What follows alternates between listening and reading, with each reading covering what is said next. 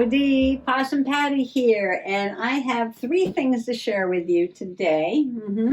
My dirt road diary, all about rocks and a little bit of geology going on in here too. And I want to show you how I made the really fun meteorite page using a magnet with my journaling on the back. Ta-da! And I want to share a story from A History of Greene County, Arkansas, about our family meteorite. And a surprise. Come on along. Here's my thought process. I was just about to paint the meteor, and I got out my watercolors, and I was like, maybe I'll put the background paper on first, and then I'll see how big I want the meteor to be. I knew I had some blue paper with clouds on it, and this is one of them. So I cut it down to size to be the background. And then I started looking through the magazine that my brother-in-law gave me to see if there were any sky pictures. And I did this, right after I cut that, right?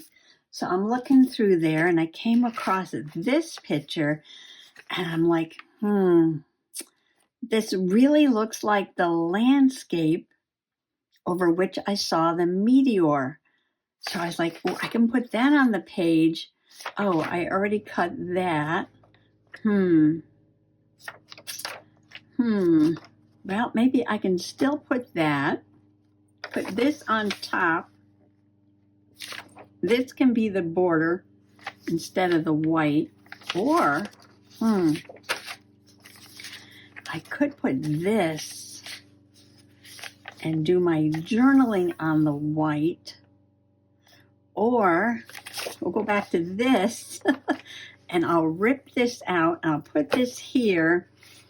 And then I'm thinking I can make a removable meteor using magnets and do my journaling on the back of the meteor. I know my brain just keeps going and going and going. Once I get started, there's no stopping me. All right, so what if I glue this down? There's going to be a lot of noise. I wasn't going to record right now, but I really feel like working on this. Mr. Possum's working on his chainsaw out in the garage. Yeah, so we know how loud that's going to get.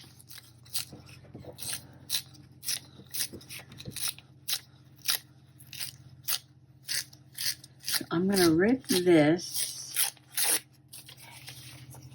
And then that'll go right in the center there. I like to mix things up like this. And then I'm going to watercolor. This could be gouache maybe. That could be gouache. And then I'm going to put the meteorite just going across the page. And it'll be able to come off, and I'll journal on the back of it. And I have these magnets. They're curiously strong magnets, as you can see. This is what they are here. Because they work a lot better than the ones from the Dollar Tree, unless you're just going through one little tiny thin piece of paper. Don't really work well at all. Yeah, like one thin piece. Although I could do that, couldn't I? I could put the magnets like that. See, I was thinking I was going to have to put a magnet behind the page. Because the best place for magnets are on the back like that. Because that really holds it better. Just barely holding through one thin piece of paper.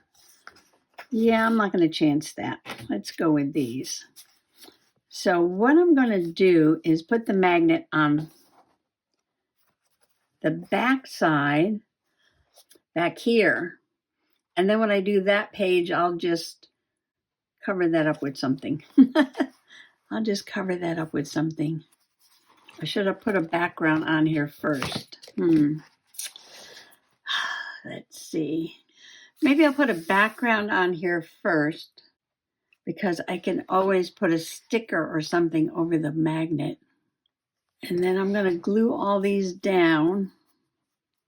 Okay, then when I get that done, I am going to figure out how big of a meteor I want. It's going to be a little large because I want to do the journaling on the back of it. Yes, but let me work on this first. I'm going to have to find a background paper for this. Well, this might be the perfect opportunity to get this picture in the journal. It's been floating around. It's getting all wrinkled. This is from Bay of Fundy when we went to Canada, August 12th, 2005. And I am just going to cut it down and glue it to the page. And then wherever I wind up putting the meteor, I'll glue this magnet, and then I'll come back another time and journal about this, and I'll put a little journaling card over it, something like that. Yes, okay. That's the plan. All right, so I'm going to cut this down, paste it on this page, paste this down, and then start measuring for my meteor.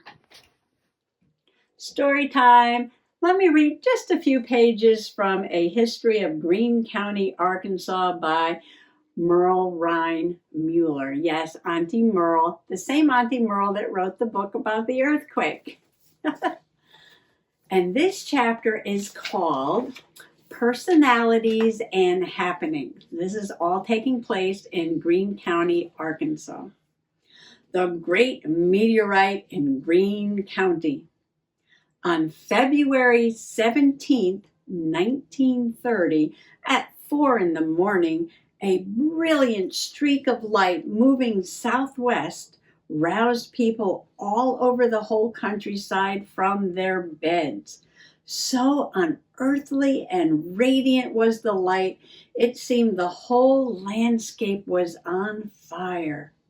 A roar and crackle like the sound of a giant engine filled the air, only to cease suddenly in a deafening boom.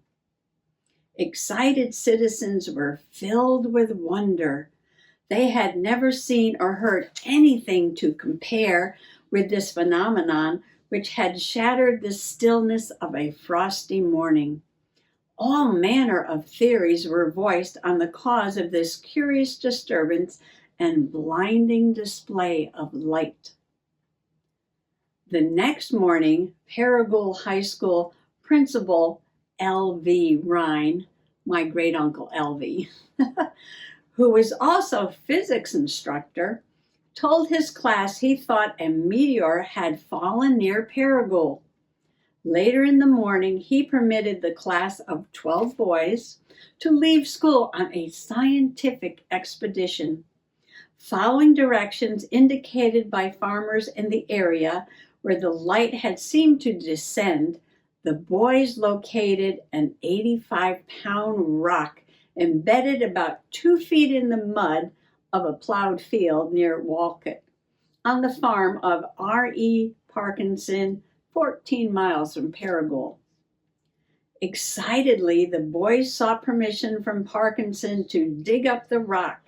He seemed little concerned and let the boys dig the 80-pound fused mass from a 34-inch muddy hole and transport it back to high school for display. Well, suddenly the rock the boys had found began receiving a great deal of publicity. There were calls from scientists all over the country, and people began coming into Paragould asking about the meteorite. A professor from the University of Iowa made a trip to the area to see the stone and collect data. He spoke to the science class and assured the students they had found a stony meteorite. Meanwhile, a greater prize had been discovered about 10 miles distant from the first find on the farm of Mr. and Mrs. Joe Fletcher near the Finch community, about 6 miles from Paragould.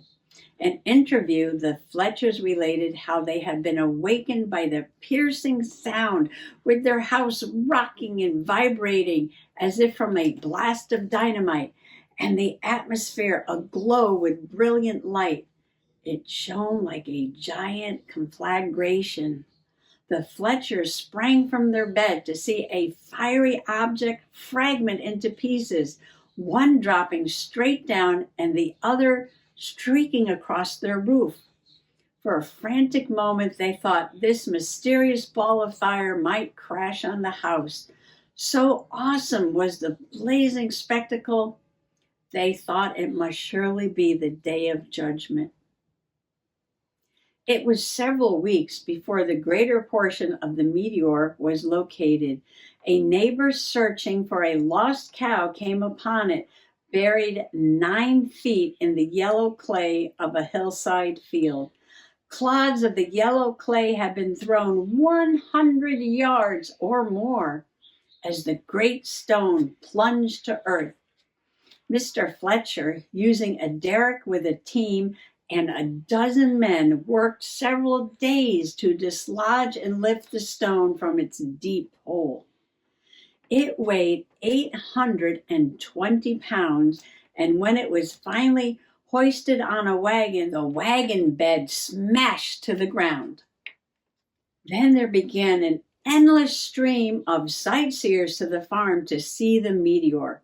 Tourists came from far and near to look at the stone and the hole from which it had been lifted, now surrounded by a fence to keep the visitors as well as the cattle from falling into it. The rock was becoming famous, and visitors began chipping away fragments as souvenirs. As the fame of the rock spread, offers to purchase it were made, and Mr. Fletcher knew he had a valuable find. The publishers of the Symphony, a local newspaper, offered to let Mr. Fletcher bring his meteor to their office downtown Paragould, where it could be displayed and protected from defacement by a curious public. The stand was built on which to place the meteor, and for a time it was on display in the front window on Court Street and drew many visitors to the town. The Fletchers began receiving numerous letters from universities and museums and interested scientists. Letters even arrived from foreign universities, so great was the interest in the stone. Several museums expressed a desire to purchase it if sufficient funds could be obtained. Professor C.C. Wiley of the University of Iowa was particularly interested and made a special trip to Chicago to urge the Field Museum of Natural History to add the meteor to its collection, which is considered the greatest in the world. He cautioned the Fletchers not to dispose of it until they were certain it would be in good hands, for Professor Wiley felt this meteor was unique because it was so well documented and observed. No other fragments were ever found. Professor Niminger of the McPherson College in Canvas made the highest bid and bought the stone for $3,600, took it to his university for display, and subsequently sold it to the Chicago Museum of Natural History, where it is prominently displayed, bearing the legend that it was found near Paragould, Arkansas. To complete the story of Fletcher's lucky stone, a part of the $3,600 went toward payment on their farm. They shared generously with the neighbor who found the stone, presenting him with $1,000, moved by the plight of the family, which had been in straitened circumstances through a serious illness. All right, I have a scrap of watercolor paper. This is just cheap watercolor paper. And I want to make it about that big. And I'm going to have a little bit of the meteor showing down here, showing that it's a rock. Meteors are the space rocks when they hit the Earth's atmosphere and start burning up. I guess when it's out in space, it's a meteoroid. And when it hits the Earth, it's a meteorite. But when it's falling and burning up, it's a meteor. This one never hit the Earth, so never became a meteorite.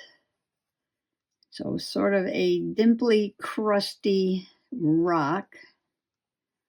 Could have iron in it. Mostly, I think, silica and oxygen they're made out of. And then just a little bit showing. And then I just want the fire, I guess. I've never done this before. So this is more of a illustration than a, true rendering. Just showing the meteor there and just some fireball behind it, I guess, is all I want to do. Maybe a little smoke back there. Very simple. Very simple. Okay, now watercolors. I'm not going to cut it out till it's done. Got my water. Let's see. I'm going to start with some of the dark colors down here in the corner. And just, just put in some dark colors here.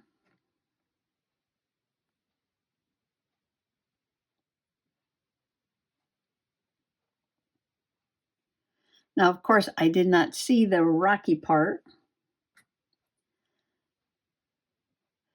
I just saw the fireball.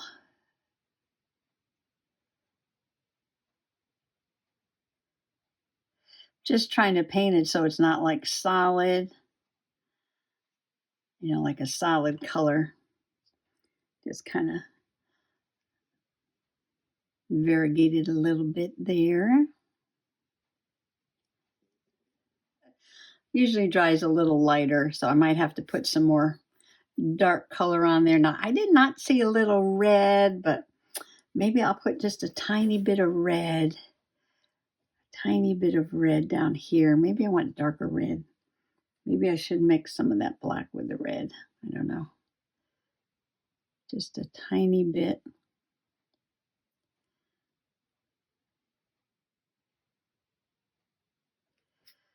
And maybe yellow. A lot of it seemed to be white. Whoops.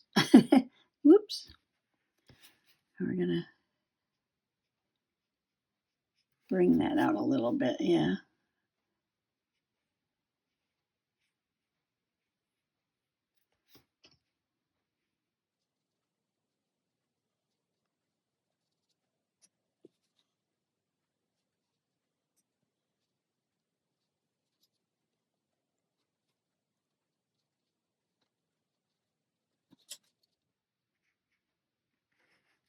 This is kind of bright, but maybe I'll leave it like that.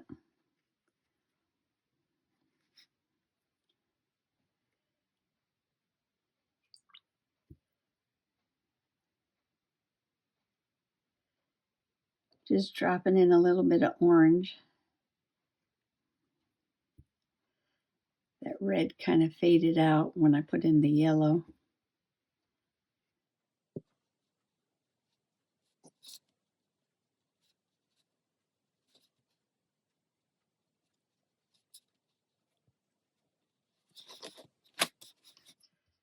This is just going to be easy peasy, simple. Nothing, nothing too artistic.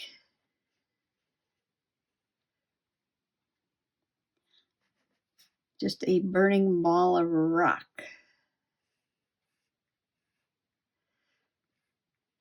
I made all these lines with the pencil. Should I make them like smoky? Smoky.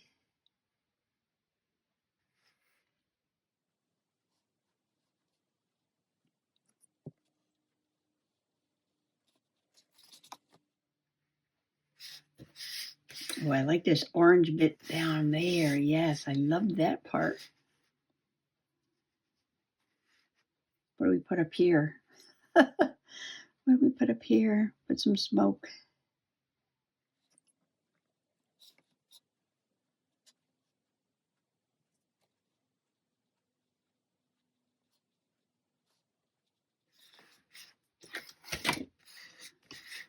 All right. Well, I'm not gonna mess with it too much.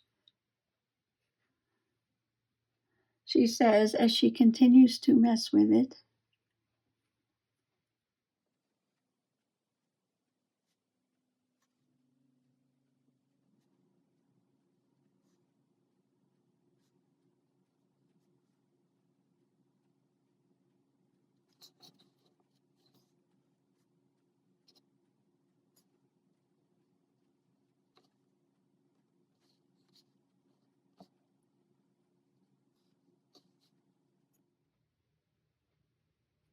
I don't really want these to have too much of a hard edge back here.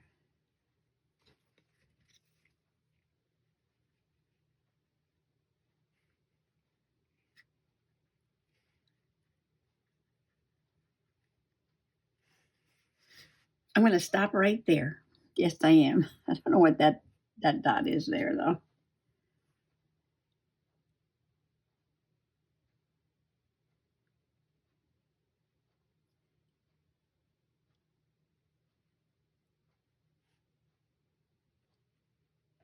How many times did I say I was going to stop?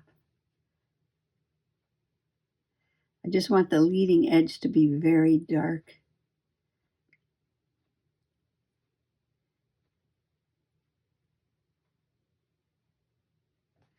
And the end to be very wispy. Back here, I want very, very wispy. Okay, here we have my meteor coming through space. It's actually going to be this way on the page, but I could put it this way if I wanted to. All right, let's let this dry, and I'll figure out how I'm going to cut it out. And I have to put a magnet on the back and do some journaling. Here's the best part. A scientist offered the Paragould High School class $300 for their fragment of the meteorite.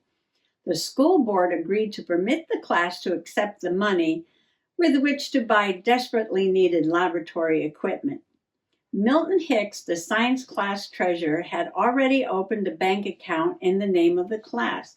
When the financial arrangement was revealed, the landowner, that's Mr. Parkinson, became very irate over the rock he had given away. He elicited the sympathy of his neighbors and accused the boys of theft. He nursed his anger to such an extent he attacked Principal Rhine on the street where he was walking in the company of one of his students. Without provocation, the big husky farmer swung a blow to Rhine's face, inflicting a nasty injury. A suit to recover the $300 was instituted, and the money was given over to the farmer, who was fined $2.50 on the assault and battery charge. The dream of equipping a laboratory by the science class was dashed. Eventually, this fragment was presented to the Field Museum, but has since ended up in the Smithsonian Museum in Washington, D.C. A 3-pound chip was said to have been part of the stone, was loaned to the city by the museum for display during the town's centennial celebration. Scientists have shown unusual interest in the Paragould meteorite, and for a time it was recorded in the World Almanac as the largest in the world to have survived the friction of the atmosphere in its journey to Earth. However, a larger meteorite, which fell in 1948 at Norton, Kansas, weighing nearly 1 ton, bested the 820-pound Paragould meteorite, which had been chipped away by souvenir hunters to 745 pounds and measured 22 inches in height and 28 inches in length.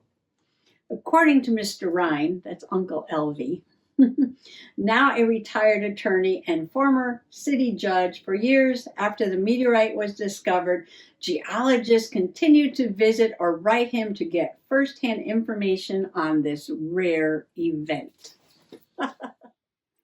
I love how my meteorite came out.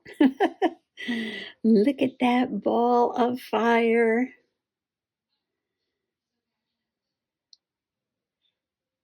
And I did my journaling on the back. July 16th, 2024, we're driving to Dee's for Sister Pool Day, and I'm working on my cross stitch when I happened to look up and a bright white fireball caught my eye. I asked Mr. Possum if he saw it. He didn't. It was on my side, off to the west. I thought it might have been the sun's reflection off a plane or what. Wasn't really sure.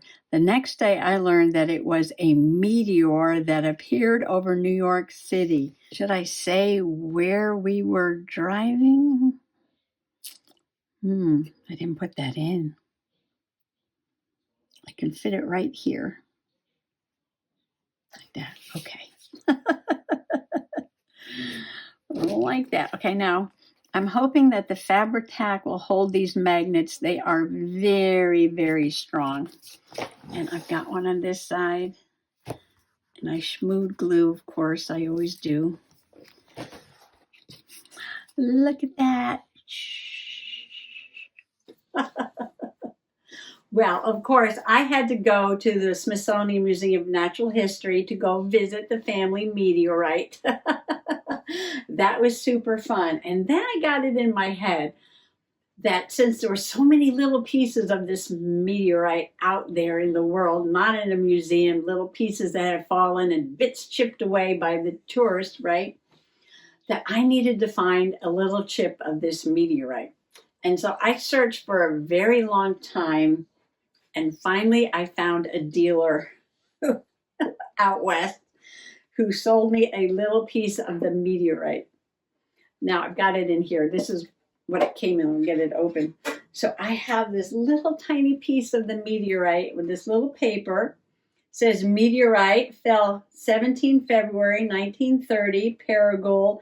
Its class is stone. It's an LL5 chondrite. Brecciated black shock veins, fell near Paragould, Greene County, Arkansas, and this is from Schuler's Mineral Fossils and Meteorites. And it's just about a gram.